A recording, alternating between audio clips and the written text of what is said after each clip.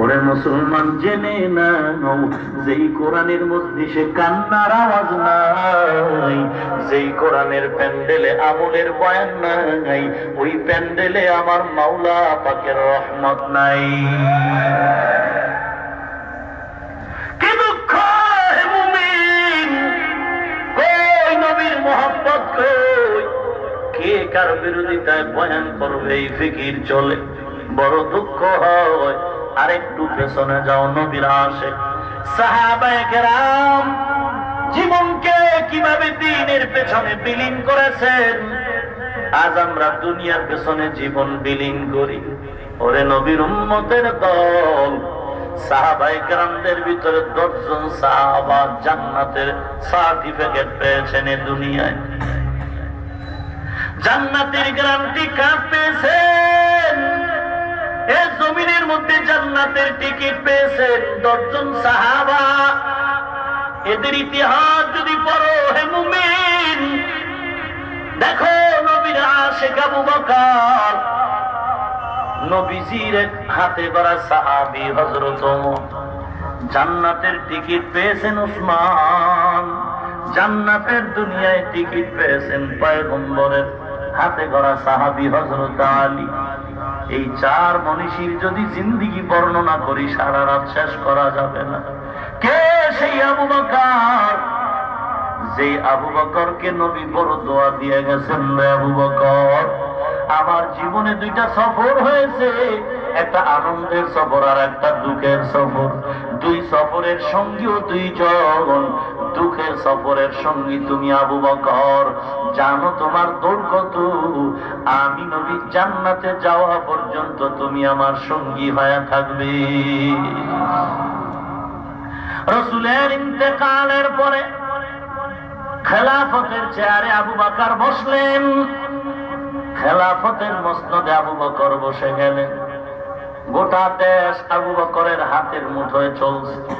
বিবি সাহেবা বললেন, ও পয়গম্বরের সাহাবী, মন চায় একটু মিষ্টি খাইতে। আবু বকর বলে, টাকা নাই।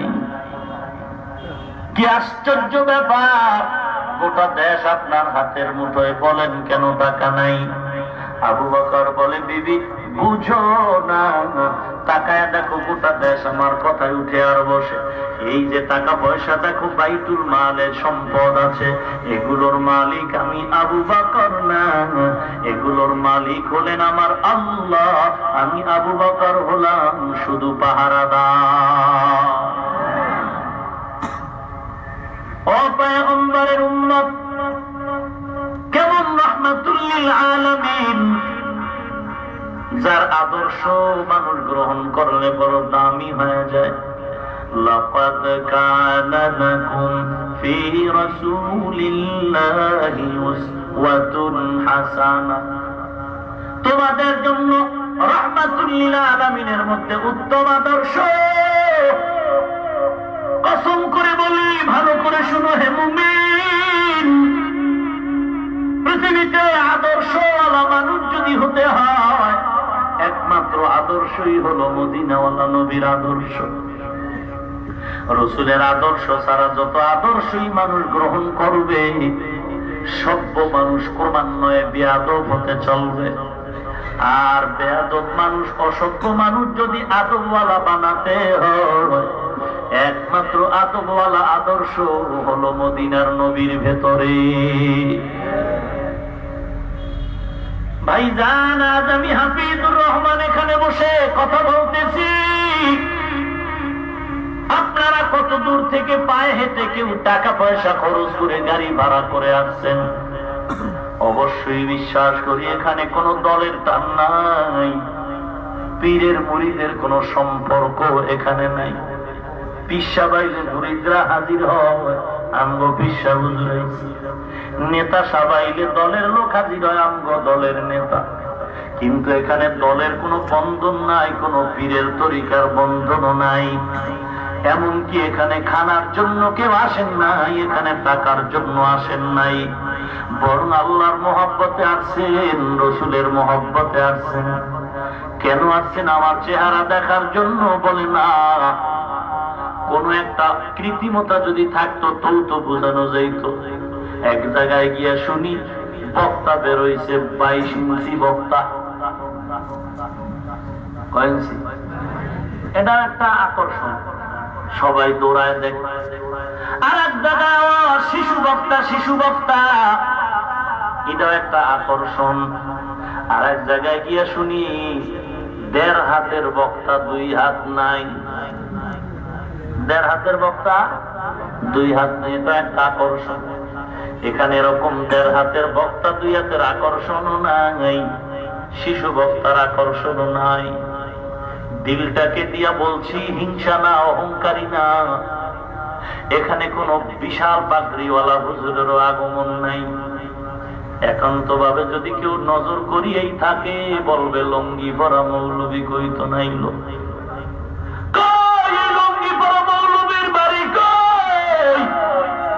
কেন কুমিল্লা শহরে বাপ ভাঙ্গা মানুষের জ্বর? একমাত্র কারণ আমার চেহারায় কোনো নতুন কিছু নাই। আমি কসম করে বলি, এই আকর্ষণ আমার কিচ্ছু না, এলেম না, আমল না। একমাত্র আকর্ষণের পেছনে আমার নবীর আদর্শ। কার আদর্শ? আমি যদি টুপি মাথায় না দিতাম, দাড়ি কাইতে এখানে বয়ানে বসতাম, কেউ আসতো না, কেউ বয়ান শুনতো না। ও নবীর উম্মতের দল, একমাত্র কোরআন সুন্নাহর বয়ান, নবীর আদর্শের পাগল।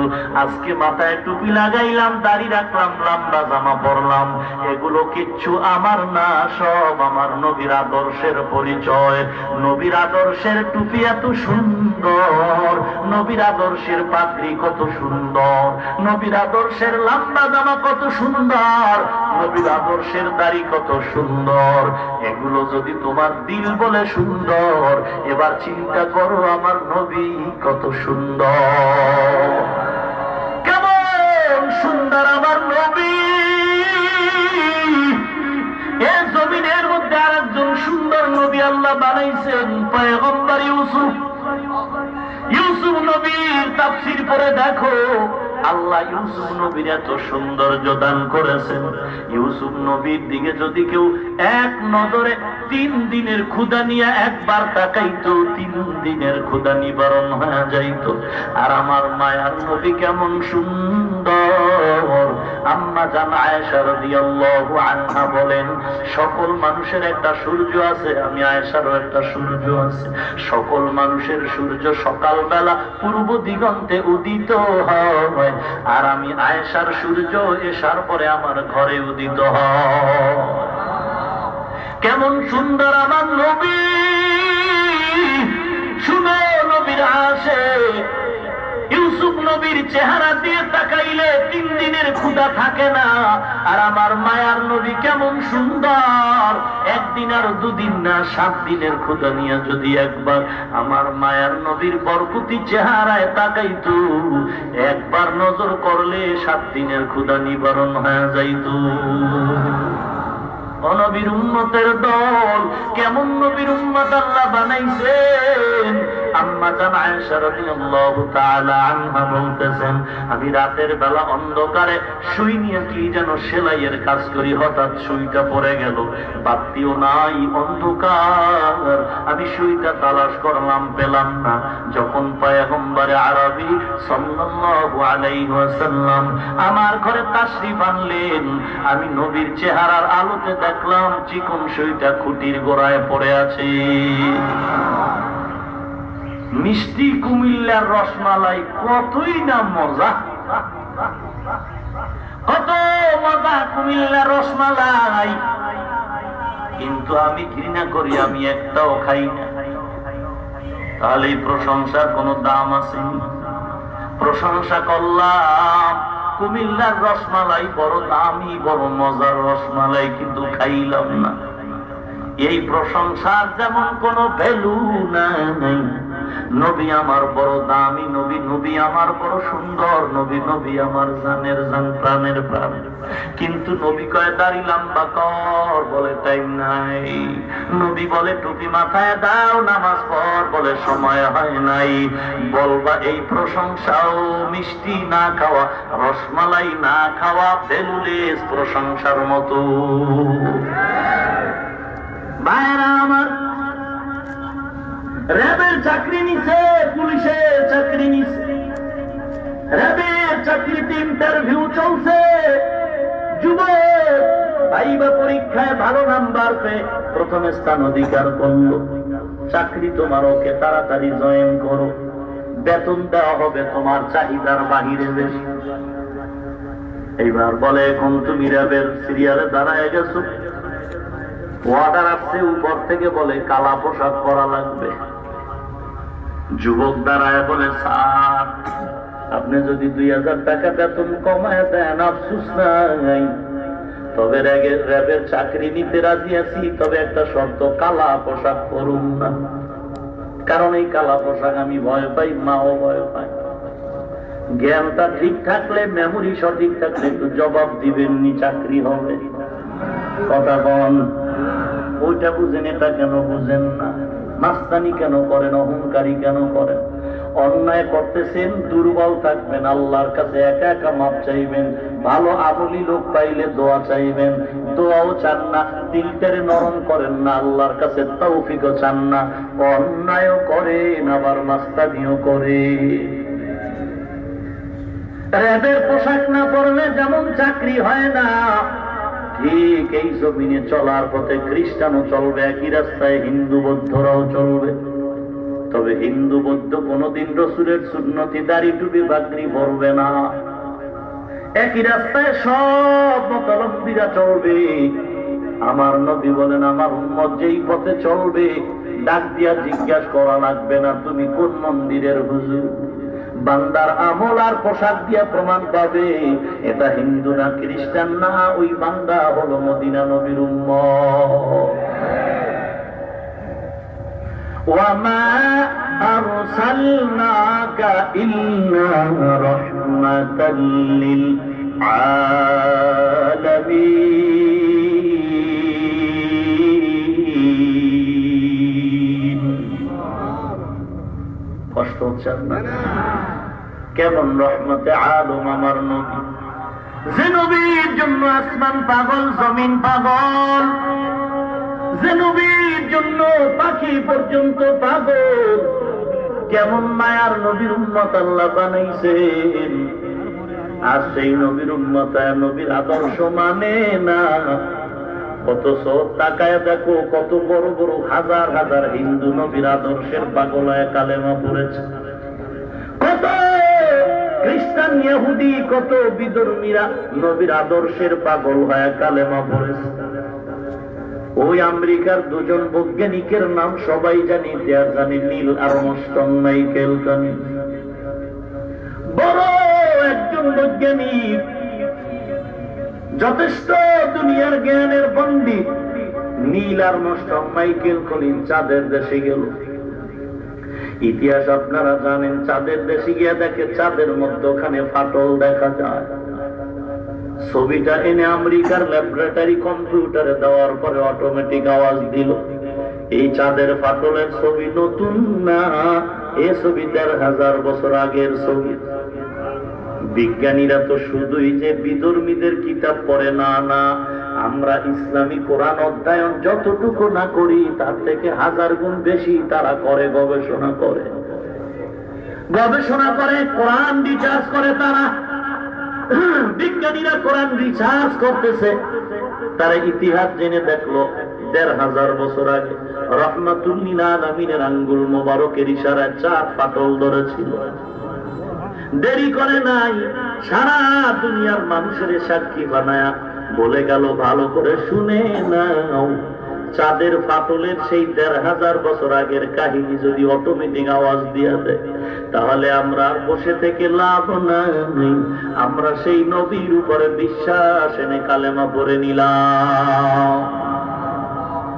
বড় দুঃখ, কিসের বয়ান করব, শুধু মতানৈক্যের বাজার বড় গরম। ভালো কথাও যদি বলে, গ্রামের প্রবাদ আছে, তার দেখতে নারী তার চলন বাঁকা। আসেনি এরকম?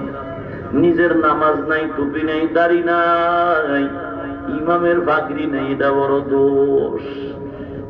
আসেনি? মাদ্রাসায় টাকা দেয় না, মসজিদে টাকা দেয় না, বারবার হিসাব চায়। কথা কয় না, মিথ্যা বলছি?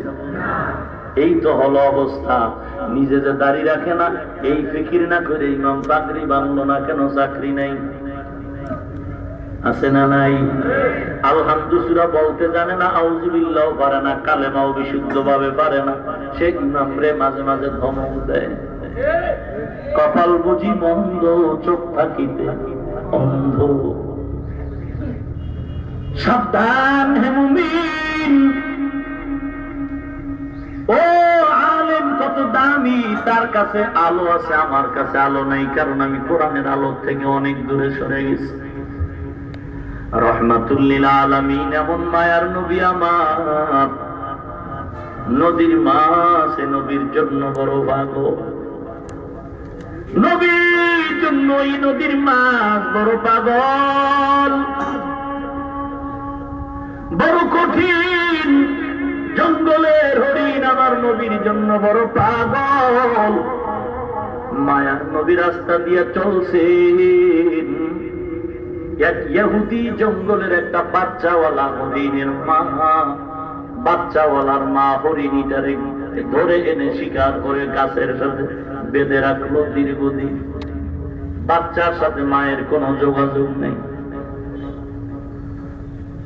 আল্লামা জালালউদ্দিন রুমি রহমাতুল্লাহ আলাইহি মাআরিফে মাসনবীর মধ্যে ঘটনা উল্লেখ করেছেন।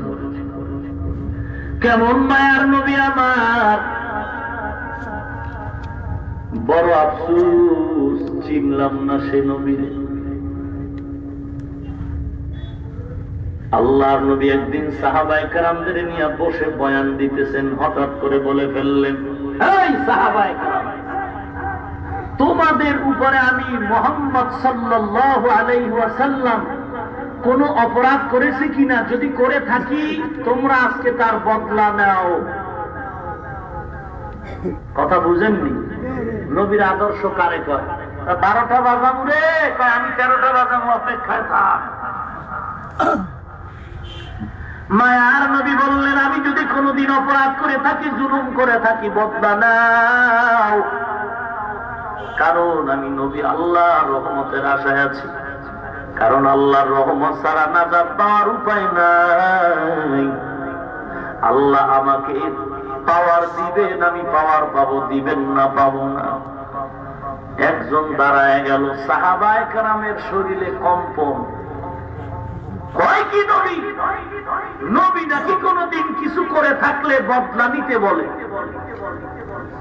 কাঁপতেছে শরীরের মধ্যে। একজন দাঁড়ায় কয়, আমার উপরে একদিন অন্যায় হয়েছে, আমি আজকে বদলা নিব। সাহাবায়ে কেরামদের মেজাজ কেমন? সব সহ্য করা যায়, রাসূলের উপর একটা আওয়াজ সহ্য করা যায় না। রাগে অগ্নিশর্মা হয়ে গেল সাহাবায়ে কেরাম। একে অপরের কানে মুখে বলতেছে, ব্যাপার বড় খারাপ, যত দুঃসাহস, কেমন দাঁড়ায় গেল। সাহাবায়ে কেরামদের চেহারার উপরে দেখে নবী ধারণা করলেন এদের দিলটা মনে হয় একটু গরম হয়ে গেছে। নবী বলেন, দিলটা গরম করবা না, আল্লাহর বান্দারে আমার সামনে আসার রাস্তা দাও। ডাক দিয়ে বলে, রে ভাইজান, কি তোমার উপরে জুলুম হয়েছে বলো? বলে, আপনি একদিন আমার গালের উপর একটা চড় মেরেছিলেন।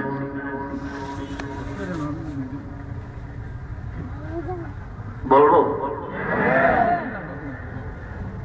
নবীজি বলেন, তাই নাকি? বলে, হ্যাঁ। বলে, তুমিও আমার গালের উপরে চড় লাগায় দাও। কি বলবো? এত মুসলমান এই ওয়াজ মাহফিলে, মসজিদে জুমার দিন জায়গা নাই, অথচ রসুলকে গালি দেওয়া হচ্ছে, তার বিচার পাওয়া যাচ্ছে না। আবার মাস্তানি করে, আমার মতো বড় আশেক আছে কে রে?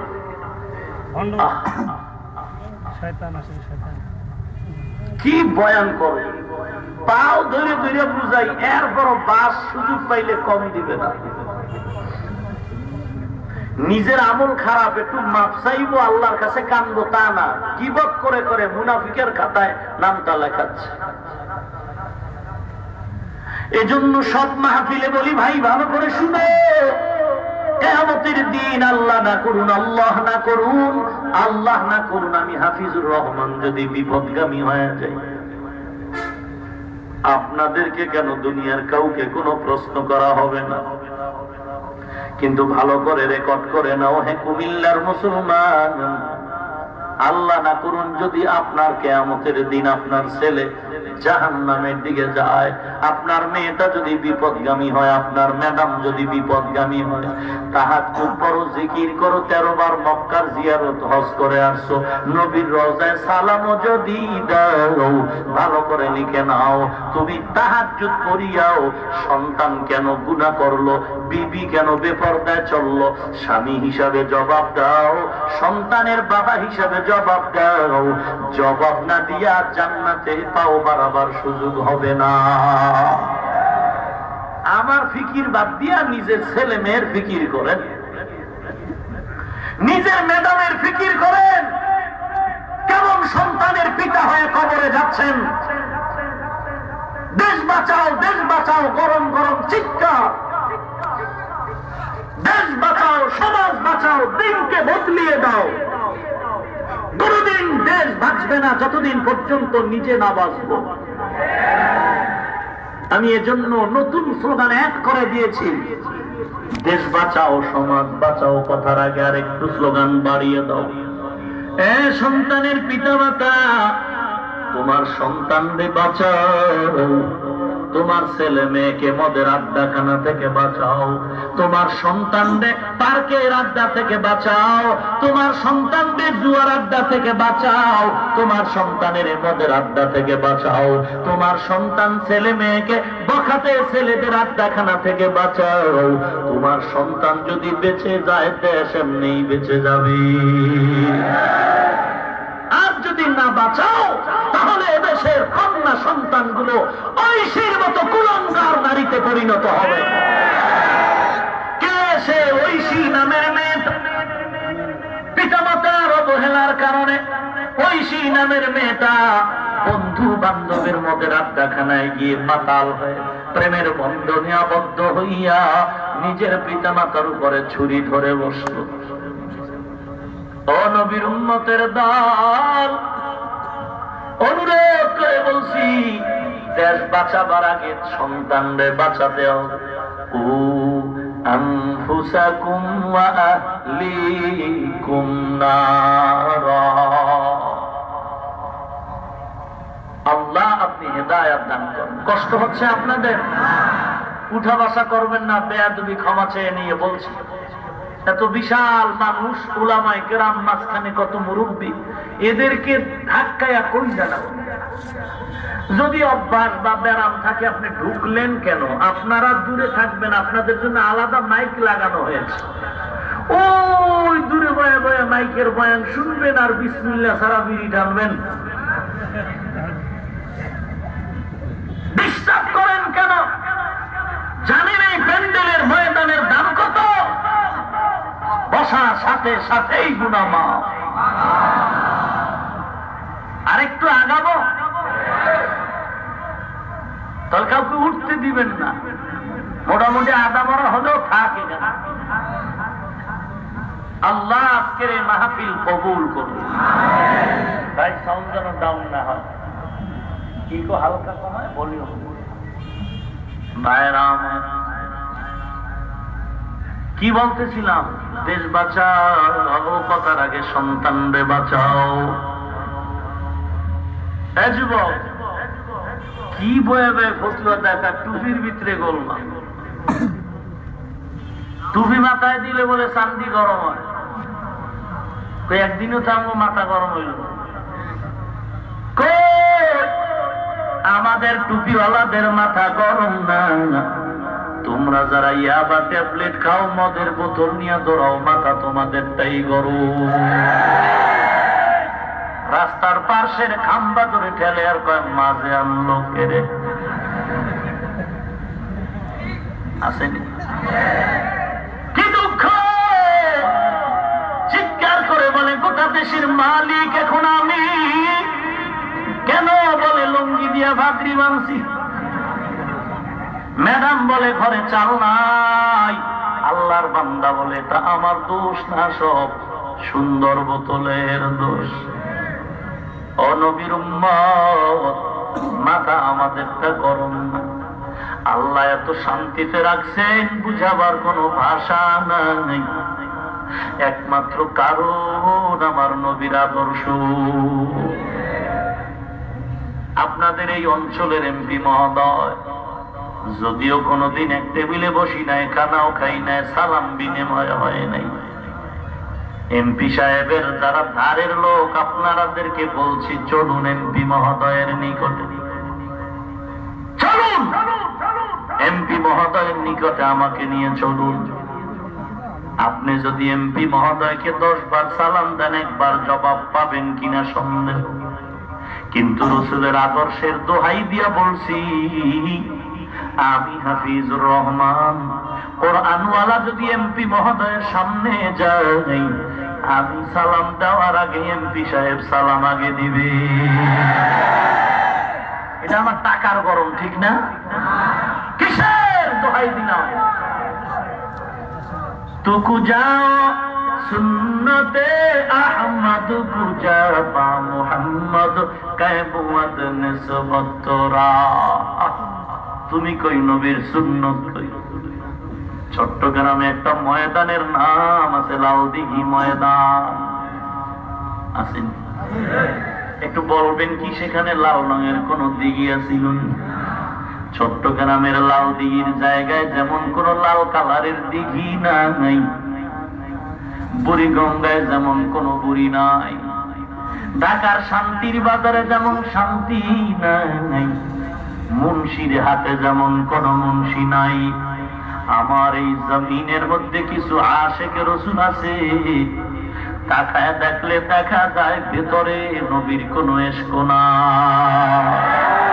তুকু যাও সুন্নতে আহমদ, কুজা বা মুহাম্মদ কায়বুয়াদ নিসবত তোরা কারে শয়তা মিকুনি নামত বলি গরওয়ালি লানুতা বরওয়ালি। ও নবীর উম্মতের দল, দিন বদলিয়ে দাও। দিন বদলায়, শুধু দিন বদলায়, কিয়ামত পর্যন্ত দিন বদলানো হবে, শান্তি আসবে না যতদিন পর্যন্ত দিলটারে বদলানো না যাবে। দিল বদলাও, দিল দিল বদলালে দিন এমনিই বদলিয়ে যাবে। দিন বদলের আগে দিল বদলানো দরকার। দিলটাকে যদি বদলাইতে পারতাম, তাহলে এক মুসলমান আর এক মুসলমানের বিরুদ্ধে কথা বলতে পারতাম না।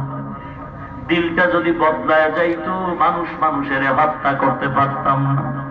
দিলটা যদি বদলায় যাইতো, মানুষ মানুষের বাড়ি ঘরে আগুন জ্বালাতে পারত না। ও নবীর উম্মতের দল, আপনি যেই দলের লোক হন না কেন, যেই তরিকার পন্থী হন না কেন, আপনি আমার আপন ভাই। যেহেতু আপনি আমার নবীর আশিক উম্মত, আপনার সাথে কোনো দ্বন্দ্ব নেই। হ্যাঁ, মাঝে মাঝে ঝগড়া তো লাগবে, ঝগড়া তো বাবা মায়ের মধ্যেও লাগেনি। এক বাবার 5 ছেলে, মাঝে মাঝে ঝগড়া লাগেনি। কথা বল না কেন? আপন 5টা ভাই ঝগড়া হয়নি, স্বামী আর স্ত্রী ঝগড়া লাগেনি। এমন ঝগড়া খানা বন্ধ হয়ে গেছে, খানা খাবো না, ম্যাডাম রাগ করে কথা বলে না। এবার আল্লাহর গোলাম একটু মেজাজ গরম করে বলে, রে ম্যাডাম, মেজাজ গরম, চোখের আড়াল হয়ে যায়। ম্যাডাম স্বামী মনে রাগ দেখে একটু সামান্য সময় হেকমত কাটায় সিঁড়ি বেয়ে উপরে যায়। আল্লাহর বান্দা বলে, কই যাও? বলে, দোতলায় উঠলেই তালাক। ম্যাডাম স্বামীর কথার ভয়ে নিচে নামে, কয় নিচে নামলেও তালাক। ম্যাডাম সিঁড়ির মাঝ বরাবর দাঁড়ায় আছে, কয় দাঁড়ায় থাকলেও তালাক। ম্যাডাম কয় কি করবো? মগায় কয় কি করলেও তালাক। কি দুঃখ! ভেজাল আর ভেজাল, এত হাড্ডা হাড্ডি লড়াই চলে, তারপরও কেউ মানুষের জানায় না, ঘর ভাঙে না। যতই ঝগড়া হোক না কেন আবার রাতের আধারেই গোপনে আবার সমাধান করে নেয়। অমুমিনের দল, পাও দুইটা আগায় দাও, আমি তোমার পাওটা ধরে বলতে চাচ্ছি, এই জমিনের মধ্যে বিধর্মীদের অভাব নাই, নবীর দুশ্মনের অভাব নাই। তুমি আমি নবীর আশিক, নবীর উম্মত, তোমার মাঝে আমার মাঝে মাঝে মাঝে একটু মাসআলা নিয়ে দ্বন্দ্ব হতে পারে। এই জন্য ঘর ভাঙ্গা যাবে না, বেঈমানেরও জানানো যাবে না যে আমরা মুসলমানের দ্বিমত আছি। বরং আজকে তোমার দরকার ছিল মুসলমানের দ্বন্দ্ব বিতর্কত রাইখা বেঈমানের জানানো দরকারে, বেঈমান আমরা মুসলমানে পরস্পরে যতই দ্বন্দ্ব করি, ঝগড়া করি, তবে নবীর দুশমন তোদের সাইজ করার বেলায় আমরা সব একদম।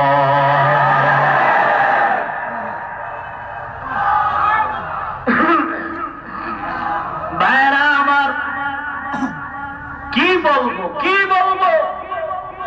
অথচ একদল নবীর মোহাম্মতে রাস্তায় স্লোগান দেয়, আর একদল টুপিওয়ালা তাদের বিরুদ্ধে ঘরে বয়ে আন্দোলন করে। কেউ নবীর দুশ্মনের বিচারের দাবির আন্দোলন গেল না কেন? বলো ওরা কোন দলের? বলে ওরা অমুক দলের, আমগো দলের না তো।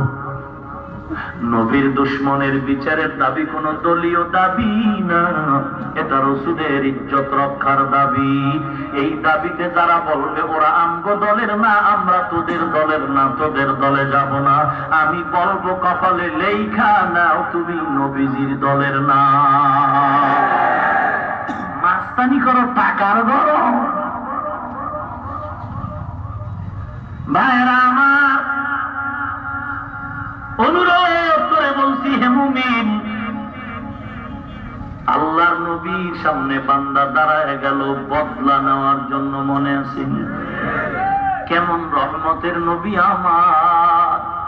আল্লাহর বান্দা দাঁড়ায় বলে, নবী কি আশ্চর্য, নাও তুমি থাপ্পর দিয়েছি, দিয়ে দাও। সাহাবায়ে কেরাম কি বুঝেন, বিসমিল্লাহ লাগবো ধরলে। ও নবী খালি কয় না, আমগো মতো ইমানদার নাকি? জিহাদ চাই, পুলিশ দেখলে আর কেউ নাই, জুতা থুইয়া দৌড়। খবর নাই, ইমান বড় দুর্বল। হুজুর সালাহে যান, আপনার পিছনে আছে, পিছে আছে, সামনে একটাও নেই, তাই দিয়ে গেছে গিয়ে তাহাজ্জুদ পড়তে। দেখছেন নি কেমন বাতবা, বড় কঠিন। আল্লাহর নবী বলেন, ভাইজান আপনাকে আমি চর মেরেছিলাম, আপনি চর মেরে দেন। লোকটা কি কয় দেখছেন?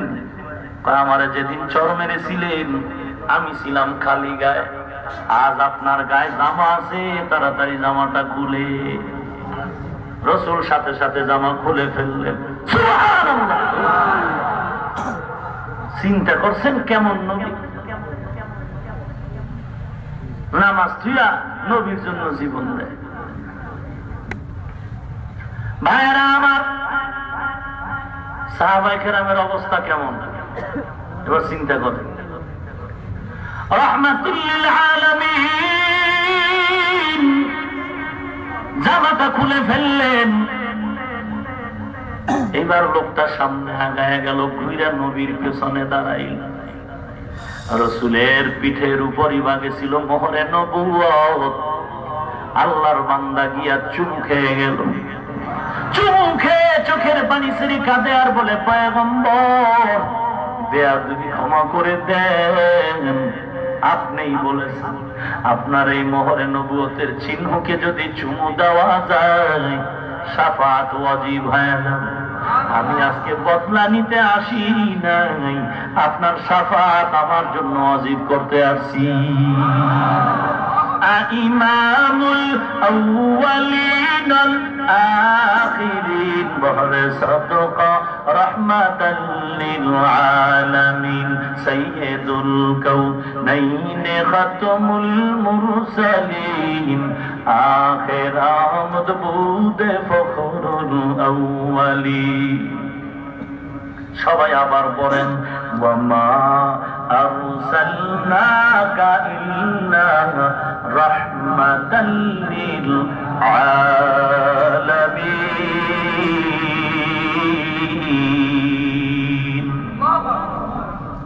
ভাইরা আমার, কেমন ইনসাফের নবী আমার! আজ আমাদের ভিতরে এহসানও নাই, ইনসাফও নাই, শুধু চলছে জুলুম। নবীর মহব্বত নাই। আল্লাহর নবীর জন্য সবাই পাগল, শুধু নবীর মহব্বত আর ব্যবহার। আজ আমাদের ব্যবহার এত চড়া, এত গরম। বাবা মায়ের সাথে, মুরব্বীদের সাথেও ব্যবহার শিখলাম না। মায়ার নবী এমন আদর্শ আমাদের সামনে রেখে গেছেন। বান্দা তুমি কেমনে ব্যবসা করবা, সেখানেও নবীর তরিকা হাজির। আঙ্গুলের নখগুলি কেমনে কাটবা, সেখানেও নবীর সুন্নত। চুলগুলো কেমনে রাখবা, কেমনে কাটবা, সেখানেও নবীর সুন্নত। আজকে মানুষ নবীর সুন্নতের চুল কাটে না। আজকে মানুষ মডেলিং করতে গিয়া চুল দিয়া মাথায় টিকটিকি বানায়। ইসলামী রাষ্ট্র থাকলে রড পুইরা ফিটাইতো, আর আপনি তো হাসতেছেন। টিকটিকি বানায় চুল কাইটা। যুবক, পাগল হয়ে গেছি আমরা। কারো টাকা খাইছি না? না, কষ্ট করে লেখাপড়া করেছি। যেই লেখাপড়ার মূল মাকসাদে গিয়া আমগো সরকারি কোনো সার্টিফিকেট নাই, আমগো কোনো সরকারি চাকরি নাই। কারণ কওমি মাদ্রাসায় পড়েছি, কওমি মাদ্রাসায় পড়েছি। যেই কওমি মাদ্রাসায় পড়লে সরকারি চাকরি নাই, সার্টিফিকেট নাই। আজ বর্তমান সরকার বাহাদুর প্রচেষ্টা চালাচ্ছেন কওমি মাদ্রাসাওয়ালাদের সরকারি সনদ দিবে, স্বীকৃতি দিবে। আল্লাহু আ'লাম, আল্লাহ ভালো জানেন পরিণাম ফলটা কি হবে জানি না। নবীর উম্মতের দল দীর্ঘ 40 বছর পর্যন্ত এই দেশের মানুষ সার্টিফিকেট বিহীন জীবন যাপন করেছে। আমাদের কোনোদিন রিজিকের টান পড়ে নাই, খানার টান পড়ে নাই, সম্মানের টান পড়ে নাই। জানি না এই স্বীকৃতির দ্বারা কি হবে, আল্লাহ ভালো জানেন। আল্লাহর কাছে দোয়া করি, হে মালিক, আমাদের যদি তোমার মহব্বতের কল্যাণ হয়, তুমি আমাদের জন্য ব্যবস্থা করে দাও। কারণ আমরা দুনিয়া পাওয়ার জন্য লেখাপড়া করি নাই। কারণ দুনিয়া আমার গোলাম, আমি দুনিয়ার গোলাম নয়। দুনিয়া আমার জন্য বানাইছে, আমাকে দুনিয়ার জন্য বানানো হয় নাই। বিবাহের অনুষ্ঠানে পুত্রবধূ নতুন দুলা মিয়া, জামাই মিয়া যাচ্ছে শ্বশুর বাড়ি। যাওয়ার পরে গেট লাগাইছিনি না? গেতে কথা কয় না? জামাই মিয়া শ্বশুর বাড়ি যাওয়ার আগে গেট লাগায় নাকি যাওয়ার পরে? কথা কম না কেন? শ্বশুর বাড়ি জামাই যাওয়ার আগে গেট লাগাইছে। বিশাল খানার আয়োজন, আস্তা খাসি। দেখছেন, জীবনে অর্ধেক খাসি পাই না, আজকে আমার আস্তা খাসি। লাভ পেয়েছে তো খাবো না, এই জন্য দিচ্ছে। কি কারণ আজকে হাজার মানুষের সামনে আস্তা খাসি দেওয়ার গরু দাও, খাবো না। কারণ আজ আমার আনন্দের দিন। আজ আমার খানা ভেতরগত ভাবে নতুন লোকের হাতে হবে। জামাই মিয়া যাওয়ার আগে আস্তা খাসি রেডি। গেট সাজাইলো, প্যান্ডেল লাগাইলো, চেয়ার টেবিল দিল, ভিডিও ক্যামেরা লাগাইলো। অত্যাধুনিক যুগ, গুনাহের চূড়ান্ত সীমা। বন্ধু বান্ধবীর অভাব নাই। বাতি নিবায়া নাচানাচি করে বন্ধু বান্ধবীরা।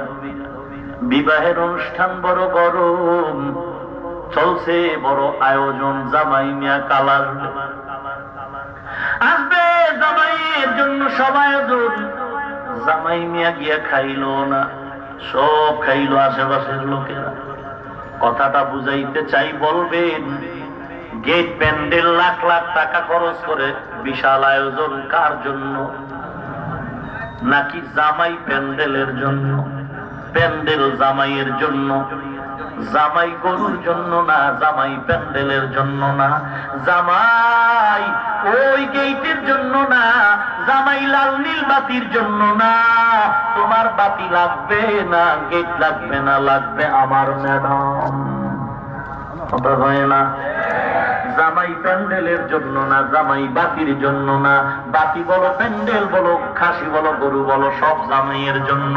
ভালো করে শুনে নাও, পৃথিবীতে দুনিয়াতে মানুষ পাঠাবার, আদম নবী আসার 2000 বছর আগে আল্লাহ রাব্বুল আলামিন এই জমিনের মধ্যে জিন জাতি পাঠায়া তাদের বাসস্থান দিলেন বসবাস করার জন্য। দুনিয়াতে আসার আগে আল্লাহ পাক আসমান জমিন সাজালেন, আল্লাহ পাক জমিনে চলার মতো রাস্তা দিলেন, ঘুমানোর জন্য বালিশ বানাবার তুলা গাছ দিয়ে দিলেন, রাস্তা দিলেন, চলার পথে পানি দরকার পানি দিলেন, আলোর দরকার সূর্য চন্দ্র দিলেন। ও মুসলমান, মানুষ বানাবার আগেই সব ব্যবস্থা।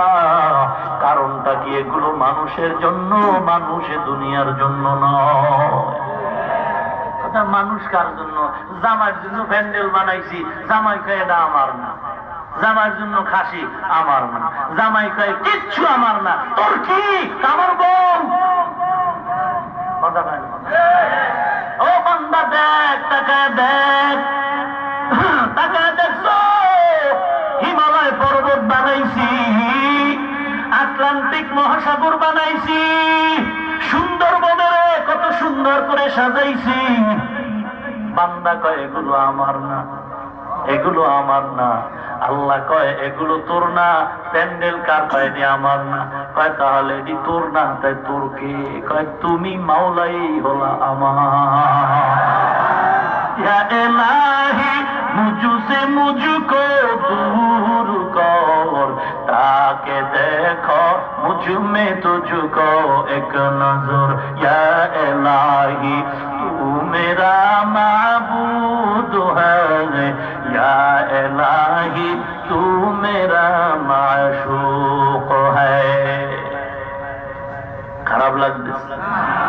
ও নবীর উম্মত, হরিণী গাছের সাথে বেঁধে হুদি ঘুমায়, ওই পথ দিয়া রহমাতুল লিল আলামিন চলে যাচ্ছে। হরিণীর জিহ্বা দিয়ে আওয়াজ দেয় রহমাতুল লিল আলামিন। আপনি তো রহমতে আলম, দয়ার নবী, আপনি একটু দয়া করে যান।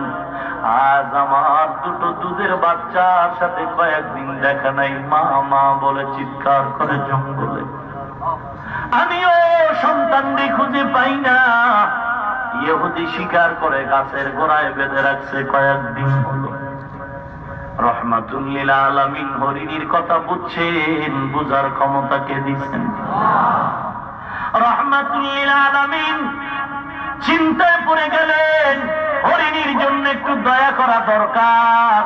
তবে আমি ইহুদির ঘরে যাব, কেমন লাগে? আমি তো রহমাতুল লিল আলামিন। আল্লাহ জানায় দিলেন, ও পয়গম্বর, আল্লাহর মহব্বত অর্জনে হেদায়েতের নিয়তে ইহুদির ঘরে যাইলে কোনো অপরাধ হবে না। আপনি চলে যান। ইহুদির ঘরে যাওয়াটাই হতে পারে ইহুদির হেদায়েতের কারণ।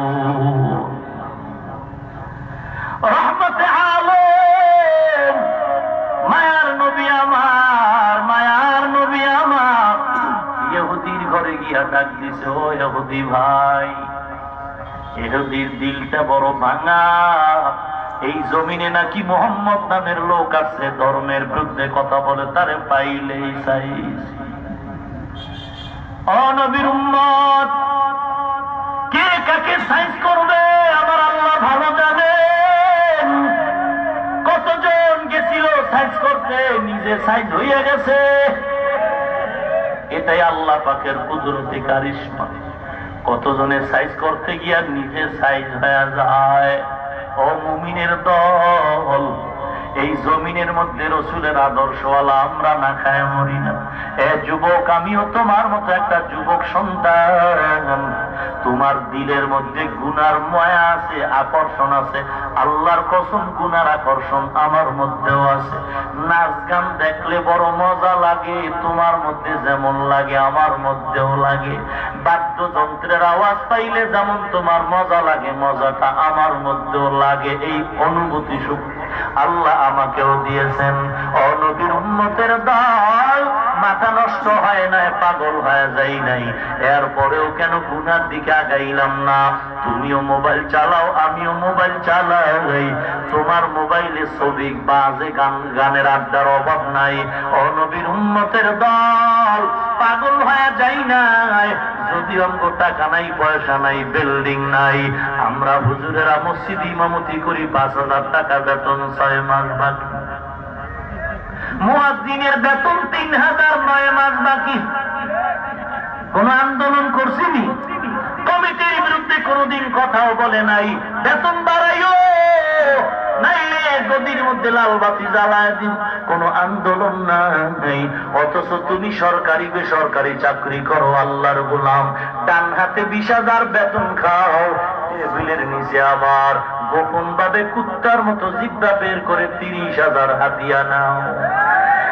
50,000 টাকা পাইও চান্দি গরো, সরকারের টাকা খাইয়া আবার সরকারের গালি দেয়। বেতন যদি স্কেল না বাড়াও, গদির মধ্যে লাল বাতি জ্বালাবো। আমরা অল্প টাকায় বেতন পাইয়াও কোন আন্দোলন নাই। ইমাম সাহেব গিয়ে কয়, সেক্রেটারি সাহেব বেতন দিবেন নাকি? সেক্রেটারি সাহেব কয়, হুজুর গো টাকা লাগেনি। কয় মাস বাকি? হুজুর গো টাকা লাগেনি। আবার কয়, হুজুর গো সন্তান বেশি হয় কেন? বাস দিতে আর কোন জায়গা বাদ নাই। এদিক থেকে টাকা লাগেনি, ওদিক থেকে সন্তান বেশি, তো বেশি সন্তানের ভেদ নাই, খাওয়ান লাগবো না? কথা কয় না। এই যে টেবিলের নিচে 30,000 কি ওকে হাতিয়া। ভাইরা আমার, ব্যাপারটা কোথায়? 5,000 টাকা বেতন, 6 মাস বাকি, আর বড় হুজুরের জামার কাপড়ের গজ 400 টাকার উপরে। লুঙ্গি দামি চামড়ার জুতো ছাড়া পড়ে না। কে চালায়, কে খাওয়া? কেন? টাকা আছে এই জন্য। কার আদর্শ? জোরে বলেন। মায়া নবীর আদর্শের কারণে সম্মান, আর কিছু না। এ নবীর উম্মতের দল, ও কলিজার টুকরা আমার যুবকের দল, আমিও তোমার মতো একটা যুবক সন্তান। যদি আজকে আমার হাত নষ্ট হয় না, মাথা নষ্ট না, চক্ষু নষ্ট না, শক্তির বড়াই যদি দাও, তুলনামূলক তোমাদের থেকে শক্তি আনবো মোটো কম নাই। তোমরা আছে খাওয়ানোর শক্তি, তো খাওয়ান তো আমরাও খাই, না খাই থাকি।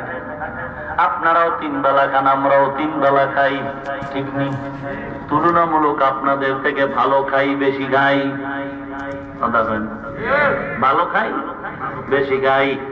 ওয়াজে গেলে ফল দেয়, ফল খাবো না, 6 ঘন্টা ভিজায় রাখছি। এরপরও কেন খাবেন না? ভেজাল নাই। দামি দামি খাওন, কে খায়? খাবো না, খাবো না, আল্লাহ কত খাওন দিলেন। এই খানার শক্তি তো আছে। অরিজিনাল খানা দেয়, ভেজাল দিলে ম্যাডাম রে কয় সাবধান, হুজুর আমার ঘরে খাইবে, এতদিন না পাকার পাক বুঝি নাই, মাথায় কাপড় রাখো নাই, আজকে মাথায় কাপড় দে, হুজুর খাইব। হুজুর দেখবে না? দেখবে। এরপরও ম্যাডাম রে কয় মাথায় কাপড় দে। দিনের মধ্যে আল্লাহর ভয়। এজন্য এই যে ভয়টুর কারণে হুজুরের সম্মান দিল, নবীর আদর্শের কারণে, হতে পারে হাসরের দিন এটা নাজাতের ওসিলা হবে। ও যুবক আল্লাহর গোলাম, কই আমরা তো না খায় মরি না। তোমরাও 3 বেলা খাও, আমরাও 3 বেলা খাই। তোমরাও বাজারে যাও, আমরা যাইনি? তোমরাও মার্কেটে যাও, আমরাও যাই। তোমরাও ঘুমাও, আমরাও ঘুমাই। তোমরাও বিদেশ সফর করো, আল্লাহর সফর আমরাও করি। তোমরা প্লেনের যোগে দৌড়াও, আলহামদুলিল্লাহ আমরাও দৌড়াই। তবে একটা জিনিস আল্লাহ দিয়েছেন যেটা তোমাদের দেয় না, সেটা হলো আল্লাহ প্রদত্ত শান্তি। আজকে যদি আল্লাহ না করুন 2 হাতে 2টা পিস্তল নিয়ে, 7 প্যান লাগাইয়া, দাড়িটা কাইটা, আল্লাহ না করুন রাস্তায় নামা 2টার পায়ের রগের উপরে লাগাই দিতাম, চিহ্নিত সন্ত্রাসীরা বলতো, আয় আয়, তোর মতো বাহাদুর আমার দরকার আছে। এরে যুবক, টুপি মাথায় দিলে মাথা গরমায়, তোমার থেকে আমি ভালো বুঝি, কারণ আমি ভুক্তভোগী। আজকে লম্বা জামা পরলে শরীর গরম হয়, তোমার থেকে আমি ভালো বুঝি, কম বুঝি না। আমি তো শুধু জামাই না, ভেতরে একটা গেঞ্জি আছে, স্যান্ডো গেঞ্জি না, ফুল হাফাতার গেঞ্জি লাগানো আছে, গরম লাগে তুমি বুঝো, আমারটা কেন তুমি টেনে বুঝতে চাও? আমি কম বুঝি না রে যুবক, আজকে স্বাধীনতায় নাই তাও বুঝি না রে আল্লাহর গোলাম। আল্লাহ পাক এর মধ্যে যেই মজার শান্তি দিয়েছেন, অনুরোধ করে বলি রে যুবক, পাও দুইটা আগায় দাও, পাও ধরে বলছি, তুমি কেন আমার মতো হতে পারলা না? দাড়িওয়ালা নামাজি হতে পারো নাই, আমার মতো হতে তোমাকে বলছি না রে যুবক, তুমি তোমার মতো হও। তোমার মতো কেমনে হইবা? একটু তাকায় দেখছো স্কুলের মধ্যে, তাকায় দেখো যুবক, তোমার মতো দাড়িওয়ালা নামাজি যুবকের অভাব নাই। রেহাবারনি পুলিশ বিডিআর দাড়িওয়ালা যুবকের অভাব নাই, ওসিডিসি এসপিআইজি দাড়িওয়ালা যুবকের অভাব নাই, ডাক্তার প্রফেসর ইঞ্জিনিয়ার দাড়িওয়ালা যুবকের অভাব নাই, ড্রাইভার বলো, কৃষিজীবী বলো, কৃষক বলো, শ্রমিক বলো, দাড়িওয়ালা যুবকের অভাব নাই। কোটি টাকার ব্যবসা করে দাড়িওয়ালার অভাব নাই। তুমি কেন পারো না রে বাবা? একমাত্র জবাব, কপাল অর্ধেক করে নাই, পুরা কপাল পুড়ে গেছি। এখনো সুযোগ আছে, তওবা করে নাও রে যুবক। এরপরেও যদি কেউ দাঁড়ায় বলতে পারেন, হুজুর দাড়ি যদি কাটা হয় চেহারা ভালো হবে, যৌবন বেড়ে যাবে, চেহারায় নূর চমকাবে, রোগ কমে যাবে, ধনী হওয়া যাবে, এমন চ্যালেঞ্জ যদি দিতে পারো, সামনে দাঁড়াও, আমি দাড়ি কাটবো, আমিও দাড়ি কেটে প্যান্ট শার্ট পরে চলবো। পারবা না রে যুবক, পারবা না। বিজ্ঞানীদের থিওরি শুনে নাও, দাড়ির মধ্যে যদি অস্ত্র লাগায় চোখের পাওয়ার কমে যায়, যৌবন কমে যায়, অকালে মরণ হয়। তাকায় দেখো, এমন কোন দিন নাই যুবকের লাশের খবর নাই, যুবকের লাশের খবর নাই। বাসের নিচে যুবকের লাশ, পানির নিচে যুবকের লাশ, এমন কোন দিন নাই যুবকের তাজা লাশের খবর নাই রে যুবক। কয়দিন আর বাঁচবি? তাজা তাজা লাশগুলো দুনিয়ার জমিন থেকে ঢলে পড়ে যাচ্ছে, জমিন থেকে সুন্দর চেহারাওয়ালা যুবক চলে যায়। কয়দিন আর মাস্তানি করবা? আল্লাহর নবী বলে 24টা ঘন্টা গুনাহ লেখা হয়।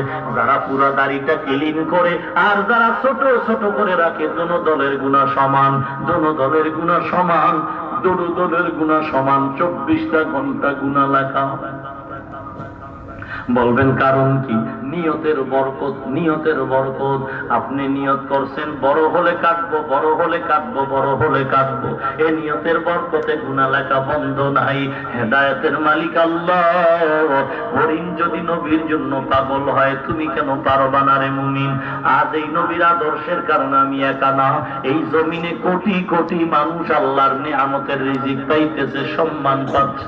ও যুবক আল্লাহর গোলাম, মায়ার নবী ইহুদির দরওয়াজায় দাঁড়ায় বলে, ইহুদি ভাই, আপনি কি একটা হরিণী শিকার করে আনছেন? বলে হা। তোমার পরিচয় দাও? বলে আমি আখিরি নবী মুহাম্মদুর রাসূলুল্লাহ সাল্লাল্লাহু আলাইহি ওয়াসাল্লাম। ইহুদির মাথা গরম হয়ে গেল, কেন আসছো আমার দরওয়াজায়?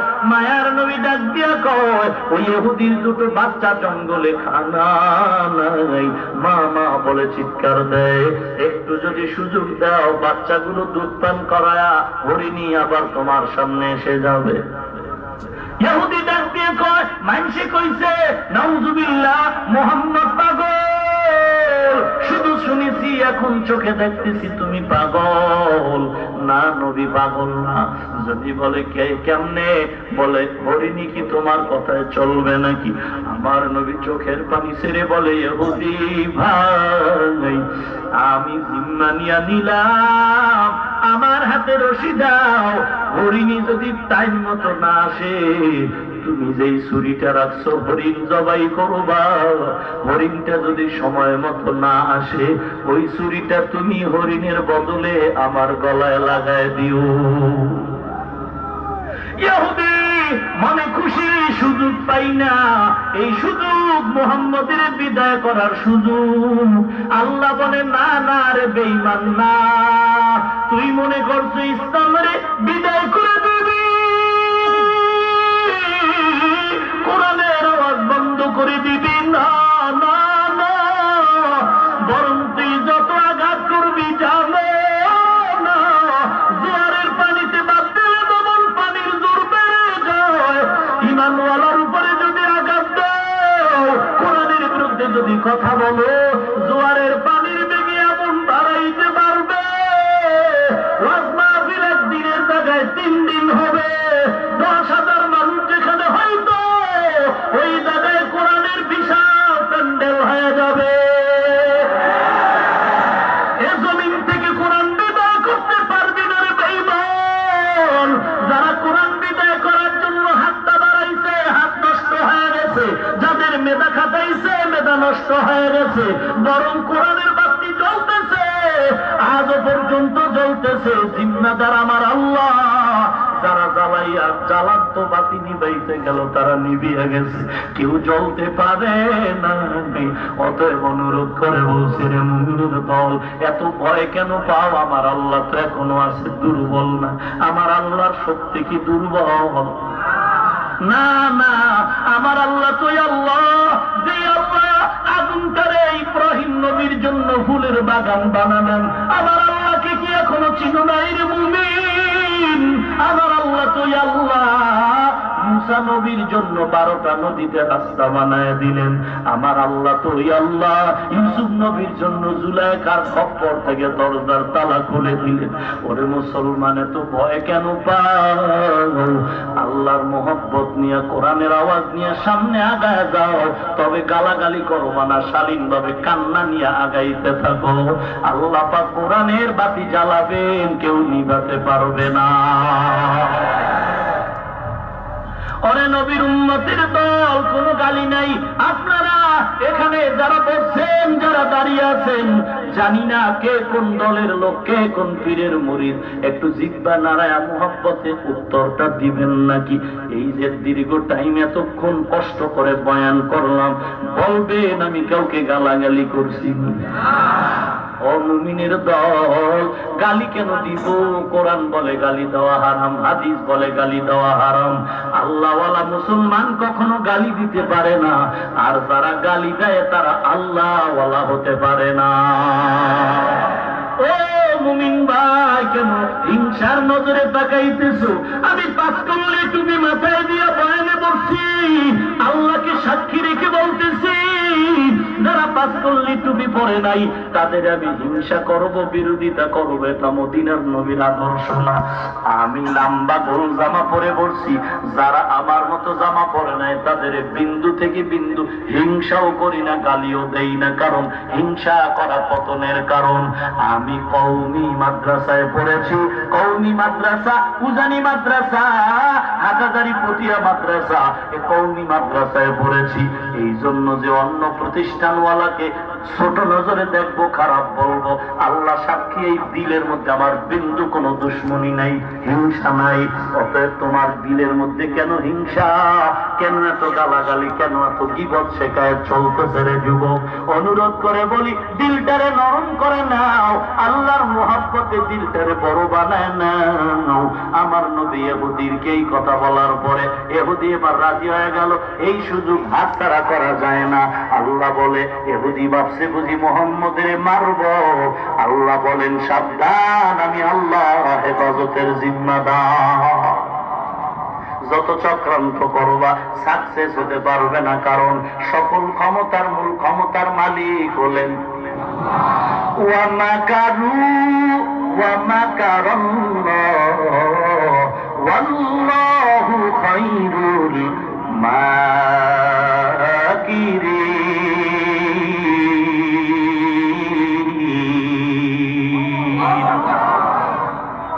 আল্লাহ পাক বলেন, ও মুমিন সাবধান, আমি আল্লাহর উপরে ভরসা করে চলতে থাকো, কোনো টেনশন নাই।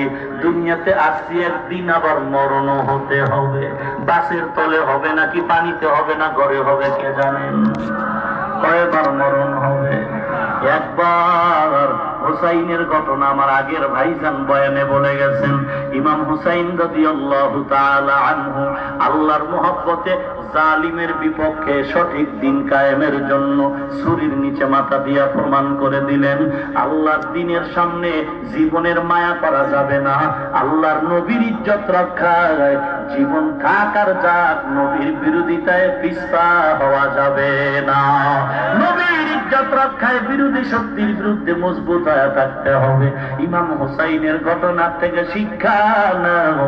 দ্বিতীয় মুহররমের আর এক শিক্ষা হলো এই মাসেই পয়গম্বর আদম নবী তওবা কবুল হয়েছে।